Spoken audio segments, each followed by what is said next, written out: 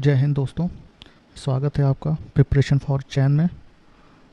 आज हम UP PCS के एलटी और जीआईसी के भूगोल सब्जेक्ट का सिलेबस और बुक्स के बारे में हम बात करेंगे, क्यों हमें कौन कौन सी बुक्स पढ़नी चाहिए भूगोल से रिलेटेड।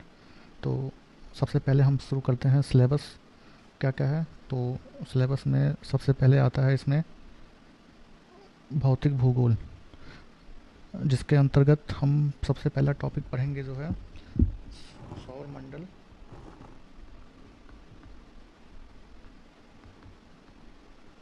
सौर मंडल की उत्पत्ति, जिसमें हम अंतरिक्ष रिलेटेड जैसे आकाशगंगा हो गया, सौर मंडल हो गया, इन सब चीज़ों के बारे में पढ़ेंगे। निहारिका हो गया, इन सब चीज़ों के बारे में पढ़ेंगे। हमारा नेक्स्ट है पृथ्वी की उत्पत्ति।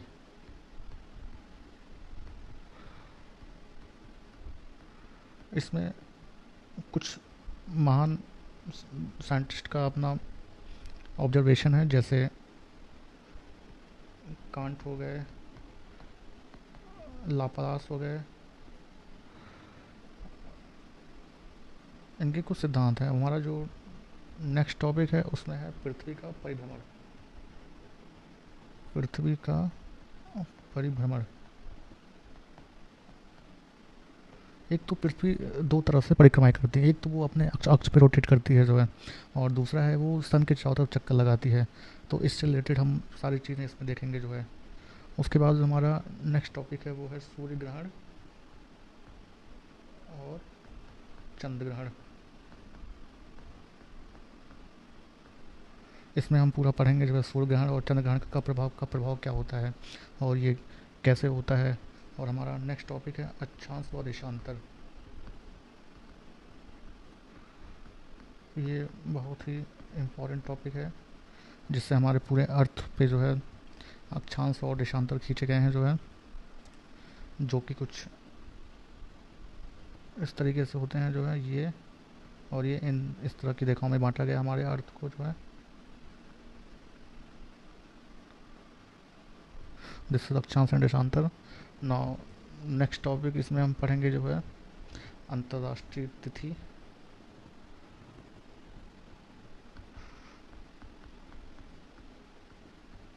अंतर्राष्ट्रीय तिथि जिसमें मतलब एक डेट, एक मतलब लाइन होती है जो समुद्र से के बीच से गुजरती है, जिससे हम डिसाइड करते हैं कि डेट्स क्या होंगी आगे पीछे की। और हमारा इसमें जो नेक्स्ट टॉपिक है वो है प्रधान मध्याह्न रेखा।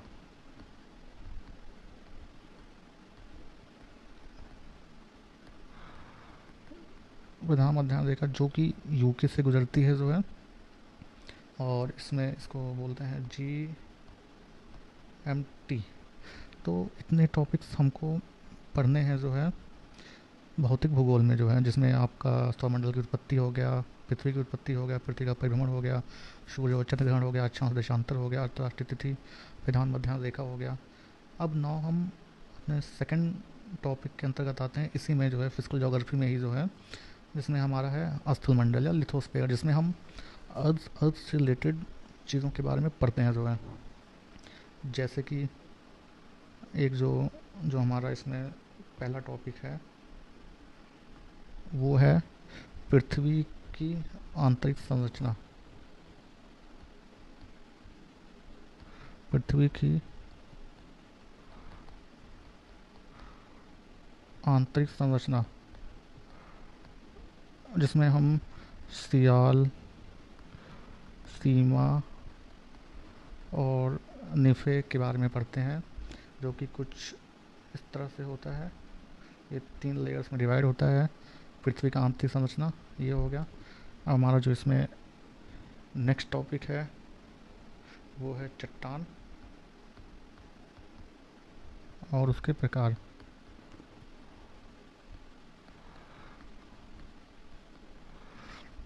इसमें जो है हम चट्टानों के बारे में पढ़ेंगे, जो कि हमारी 3 तरह की रॉक्स होती हैं। इग्नियस हो गया, मेटामॉर्फिक हो गया, इस तरह की रॉक्स होती हैं जिनके बारे में हम पढ़ना है जो है। उसके बाद इसमें जो अगला पढ़ेंगे हम वो पढ़ेंगे ज्वालामुखी के बारे में, जिसके अंतर्गत ज्वालामुखी के प्रकार और ज्वालामुखी क्या होता है, कौन कौन से प्रकार होते हैं जो है, इन सब चीज़ों के बारे में पढ़ेंगे जो है। जो हमारा इसमें नेक्स्ट होता है, नेक्स्ट पढ़ेंगे हम भूकंप। भूकंप कैसे आता है, इसको हम कैसे मापते हैं। नेक्स्ट हमारा टॉपिक होगा महाद्वीपीय विस्थापन सिद्धांत। महा महाद्वीपीय विस्थापन सिद्धांत, जिसको कि नील वैगनर साहब ने दिया था, अल्फ्रेड नील वैगनर ने जो है, जो कि प्लेटों के खिसकने से रिलेटेड है जो है। और इसमें इसमें अंतर्गत एक और टॉपिक आता है इसके आगे, plate tectonic theory. Plate tectonic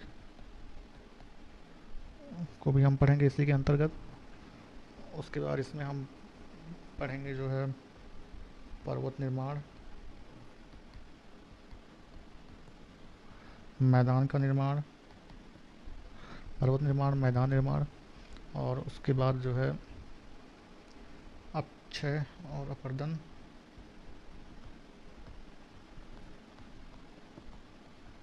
तथा इनसे बनने वाली आकृतियाँ।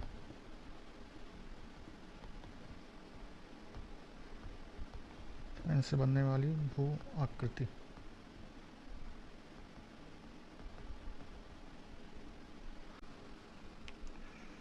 नेक्स्ट हम चलते हैं वायुमंडल के बारे में जो है। तो वायुमंडल हमारा नेक्स्ट टॉपिक है, जिसके जिसके अंतर्गत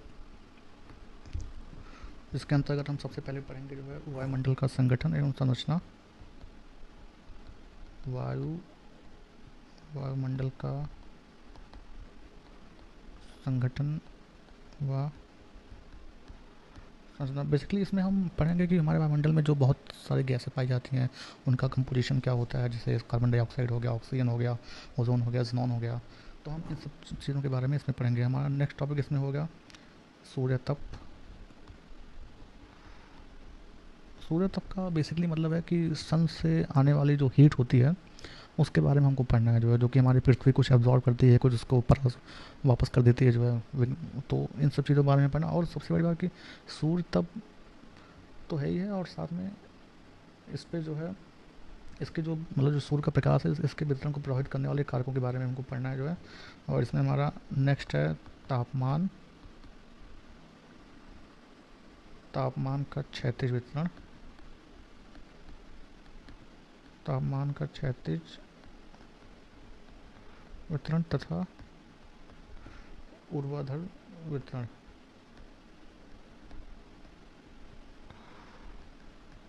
इसमें बेसिकली टेम्परेचर के बारे में हमको पढ़ना है जो है, जो कि तापमान को प्रभावित करने वाले कौन कौन से कारक हैं। और जैसे हम जब ऊपर जाते हैं, मतलब अर्थ, मतलब आकाश में, तो हमारा टेम्परेचर कम होता है, तो वो क्यों कम होता है, और इस कहीं कहीं कहीं भी बढ़ जाता है तो क्यों बढ़ जाता है।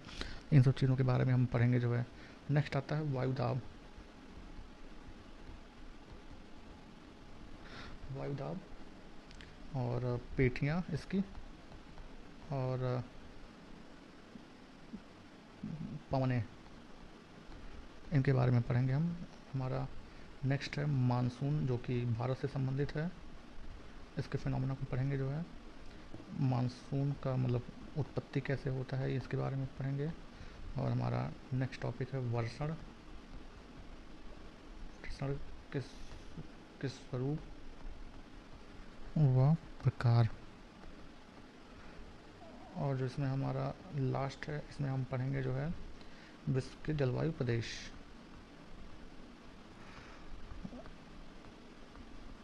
विश्व के जलवायु प्रदेश, जिसके अंतर्गत दो लोगों की थ्योरी चलती है, एक थॉर्नबिट हो गया और त्रिभाता हो गया जो है, जिन्होंने जलवायु को लेके अपनी थ्योरियाँ दी हुई हैं जो है। तो हम उसको अभी सब आगे विस्तार से पढ़ेंगे। अभी मैं सिर्फ एक आपको एक रफली चीज़ें बता दे रहा हूँ जो है।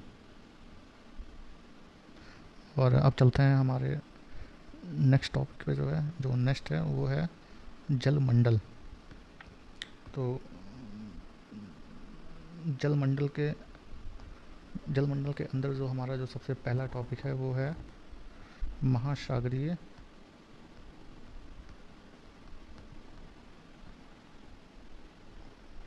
महासागरीय नितल का उच्चावच।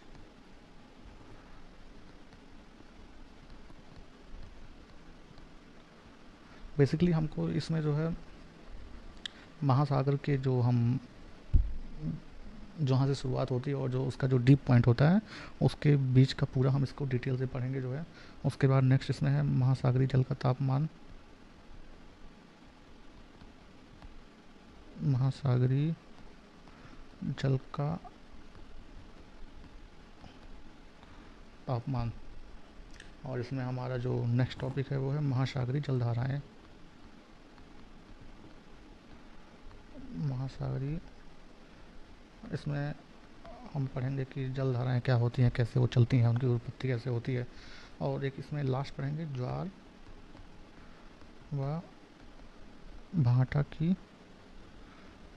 उत्पत्ति एवं इसका प्रभाव। ये सारे टॉपिक्स हम पढ़ेंगे महासागरीय या जलमंडल के अंतर्गत हम पढ़ेंगे जो है। और जो हमारा नेक्स्ट टॉपिक है वो है जैवमंडल। तो जैवमंडल का मतलब बेसिकली क्या है, बायोस्फीयर, जो कि जिसके अंतर्गत हम पढ़ेंगे जो है। सबसे पहले तो इसका अर्थ क्या होता है जैवमंडल का, वह संकल्पना क्या है, ठीक है। इसके बाद हम इसमें पढ़ेंगे जो है पारिस्थितिकी तंत्र की परिकल्पना, कि कैसे मानव का जो है पृथ्वी, जल और वायु के साथ कैसे संबंध है जो है, इन सब चीज़ों को हम पढ़ेंगे जो है। तो पारिस्थितिकी तंत्र की संकल्पना, ठीक है। और इसमें हम नेक्स्ट पढ़ेंगे जैव अनुक्रम,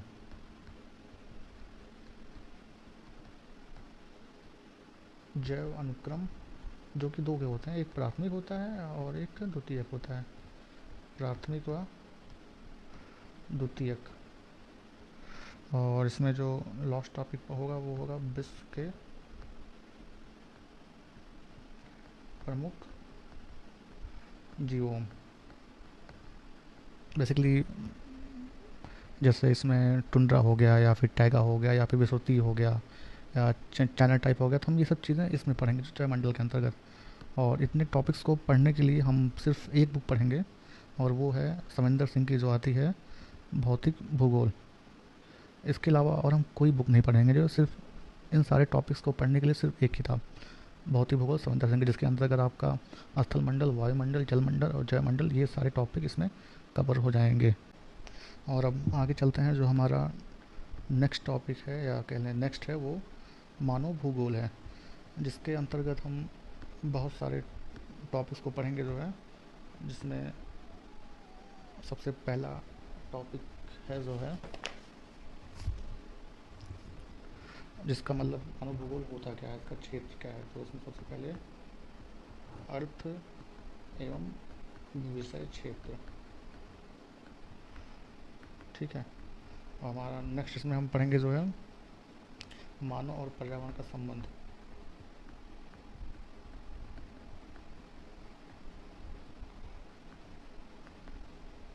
ठीक है। और इसके बाद जो है नेक्स्ट पढ़ेंगे हम इसमें जो है जनसंख्या वृद्धि और विश्व वितरण, जनसंख्या वृद्धि तथा विश्व में इसका कैसे वितरण है, तथा विश्व वितरण, ओके। और हम नेक्स्ट टॉपिक इसमें पढ़ेंगे जो है मानव प्रजातियां एवं उनके लक्षण, मानव प्रजातियां एवं उनके लक्षण, ठीक है। और इसके अंतर्गत जैसे हमारे जैसे बहुत सारी मानव प्रजातियां, जैसे मंगलाइड हो गया या काकसाइड हो गया, या इसमें बहुत सारी आती हैं, बुशमैन हो गया, एस्किमो, खिलगिज, गद्दी, थारू, इन सब के बारे में पढ़ेंगे। बेसिकली जो जनजातियां हैं या फिर उनमें क्या खास करेक्टर्स हैं उनके बारे में पढ़ेंगे। एवं आर्थिक गतिविधियाँ एवं समाज, आर्थिक आर्थिक गतिविधियाँ एवं समाज। और इन मानव भूगोल के लिए हम सिर्फ और सिर्फ एक किताब पढ़ेंगे, जो कि माजिद हुसैन सर की आती है जो है मानव भूगोल जो है। इसके इसके अलावा हम मानव भूगोल के लिए और कोई किताब नहीं पढ़ेंगे जो है, सिर्फ यही एक किताब पढ़ना है जो है, ठीक है। अब नेक्स्ट चलते हैं जो है तो मानव अधिवास कि मतलब जो ह्यूमंस जो है मानो एक जगह से दूसरी जगह गया हुआ है, उसके बारे में हम पढ़ेंगे जो है। और इसमें सबसे पहले हम यही पढ़ेंगे जो है कि इसका अर्थ क्या होता है जो है, ठीक है। और इनके आधारभूत तत्व,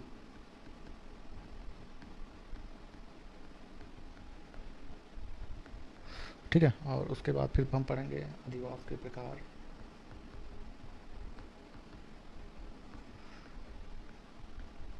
अधिवास के प्रकार की मतलब वो कितने प्रकार के होते हैं जो है। फिर पढ़ेंगे हम ग्रामीण एवं शहरी अधिवास में अंतर, ग्रामीण एवं शहरी अधिवास में अंतर, ठीक है। और उसके बाद हम इसमें नेक्स्ट पढ़ेंगे जो है भारत में नगरों का वर्ग, भारत में नगरों का वर्ग, और विकसित और विकासशील इसमें नगरीकरण, विकसित और विकासशील देशों में नगरीकरण कि वो किस तरह से होता है जो है, ठीक है। और इसमें और पढ़ेंगे विश्व के वृहद नगर, विश्व के वृहद नगर के बारे में हम सारा पढ़ेंगे इसमें जो है।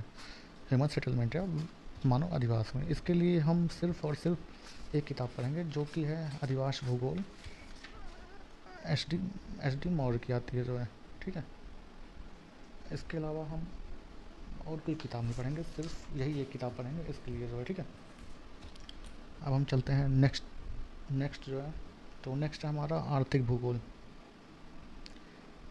तो आर्थिक भूगोल के लिए हमारे पास, आर्थिक भूगोल में हम सबसे पहले तो इसका अर्थ और विषय क्षेत्र पढ़ेंगे जो है, अर्थ हुआ विषय क्षेत्र पढ़ेंगे, ठीक है। उसके बाद जो हमारी आर्थिक गतिविधियाँ होती हैं जो कि प्राथमिक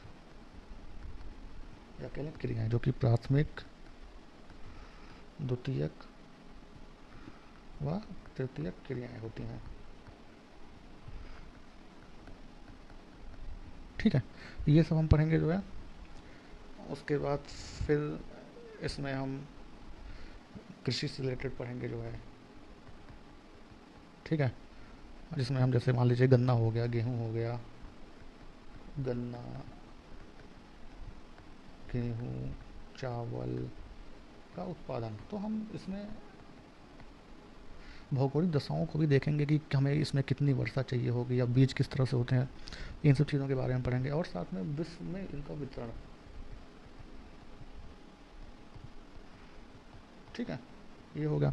अब इसी के साथ साथ हम इसमें पढ़ेंगे ऊर्जा एवं खनिज संसाधन, ऊर्जा एवं खनिज संसाधन बहुत इंपॉर्टेंट टॉपिक है, ऊर्जा एवं खनिज संसाधन,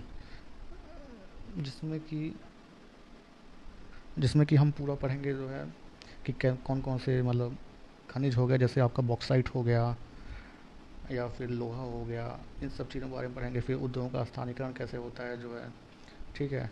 और लॉ एस क्या होते हैं, और ये क्या बोलते हैं इसको,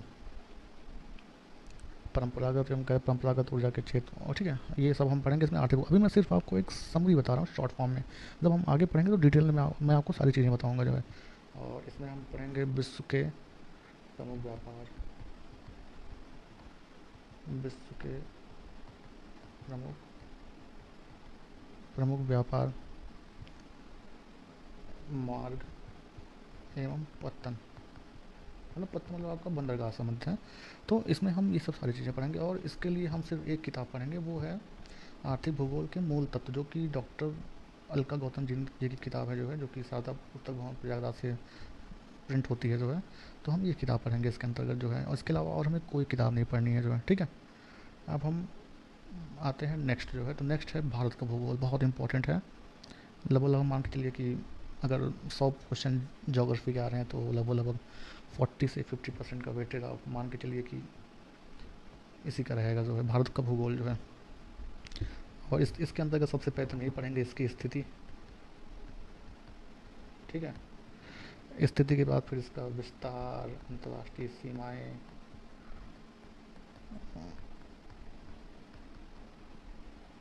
ठीक है, विस्तार एवं सीमाएं हो गया।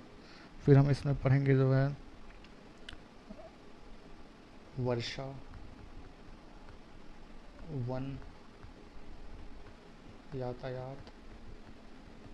बेसिकली जो हमने विश्व में पढ़ा है वही सारी चीज़ें हम भारत के संदर्भ में पढ़ेंगे जो है। स्थलाकृति, सबसे ऊंचा, सबसे बड़ा, सबसे छोटा, ये सब सारी चीज़ें जो है, पठार, ये सब चीज़ें हम उसमें पढ़ेंगे जो है, ठीक है।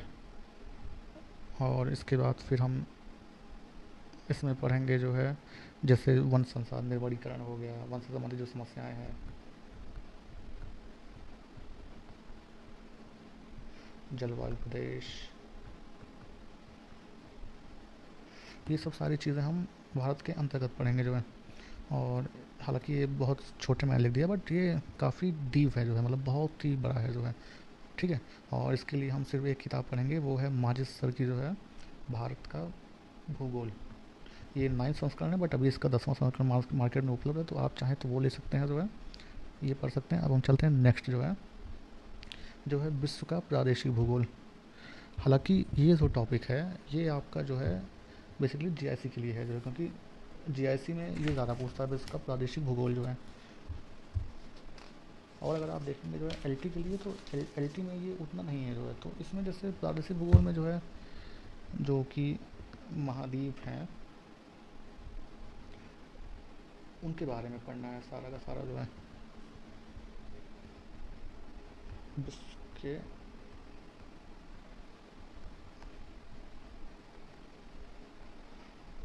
जिसमें एशिया, अफ्रीका, यूरोप, दक्षिण अमेरिका, उत्तरी अमेरिका,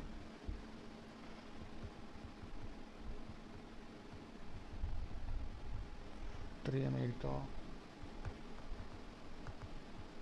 ऑस्ट्रेलिया, ये तो मेन हो गए 6। और एक 7वां होता है अंटार्कटिका। तो ये सारी चीज़ें हो गई। अच्छा, इसमें जो है हमको क्या पढ़ना है इन सब चीज़ों में, एक तो इनकी स्थिति पढ़नी है जो है कि क्या पढ़ना है, तो स्थिति पढ़नी है, ठीक है। फिर उसके बाद पठार पढ़ने हैं, नदी पढ़नी है, पर्वत पढ़ने हैं, औद्योगिक क्षेत्र पढ़ने हैं, ये सब चीज़ें इसमें पढ़नी है जो है विश्व का प्रादेशिक भूगोल में। और इसके अंतर्गत सिर्फ और सिर्फ एक किताब पढ़नी है, वो है एच.डी. मौर्य की विश्व का प्रादेशिक भूगोल, ठीक है, प्रॉब्लिका पब्लिकेशन पर। इसके अलावा और कोई किताब नहीं पढ़नी है जो है, ठीक है। ये इतना हो गया। अब हम नेक्स्ट चलते हैं जो है पीवाईक्यूज़ के लिए। तो पीवाईक्यू के लिए देखिए एक यूथ की आती है जो है, यूथ कंपटीशन टाइम। इसमें आपको लगभग 13,000 क्वेश्चन मिल जाएंगे जो है। आप ये बुक ले सकते हैं जो है भूगोल से रिलेटेड, यूथ कंपटीशन टाइम की। और ये हो गया। और दूसरी एक किताब है भौतिक भूगोल पर एमसीक्यू, एक है जो आपका भौतिक भूगोल वाला है, उस पर जो है आपका 1000 एमसीक्यू इसमें रहेगा जो है, ठीक है। ये आप किताब देख लीजिए क्वेश्चन प्रैक्टिस के लिए। बाकी जो बहुत सारे ऐप हैं, बहुत सारे कोचिंग वाले, वो सब तो क्वेश्चन करवाएंगे ही जो है, तो वो सब आप देख लीजिएगा। और हाँ, एक और है जो है स्पेशली इसमें भौतिक चिंतन का इतिहास। तो इसमें बेसिकली क्या है जो है कि जो बहुत सारे थिंकर्स हैं,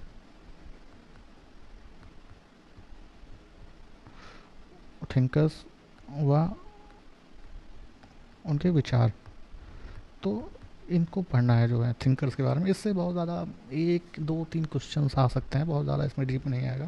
हालांकि इसके लिए फिर आप एक किताब पढ़ेंगे जो कि है भौतिक चिंतन का इतिहास, जो कि माजिद हुसैन सर ने लिखी है जो है, 5म संस्करण है उनका। बस इसके अलावा आपको और कुछ नहीं पढ़ना, ये इतनी सारी किताबें हैं। हाँ, एक बात मैं और बताना चाहूँगा आपको जो है कि अगर मान लीजिए 100 क्वेश्चन पूछे जा रहे हैं, ठीक है, तो जिसमें से मान के चलिए कि लगभग 40% वेटेज आपका रहेगा फिजिकल ज्योग्राफी से, ठीक है। ये मैं मोटा मोटा आंकड़ा बता रहा हूँ, या 35 मान लीजिए, और उसके बाद लगभग 35% इंडियन ज्योग्राफी, बाकी और जो बचा शेष। तो बेसिकली क्या है ना कि इन दो टॉपिक्स पे ज़्यादा कमांड करनी है जो है, ठीक है, स्पेशली ये वाले जो है। ओके, तो आप इतना करिए, बुक्स को देख लीजिए, उसके बाद फिर हम मिलते हैं नेक्स्ट वीडियो में। धन्यवाद।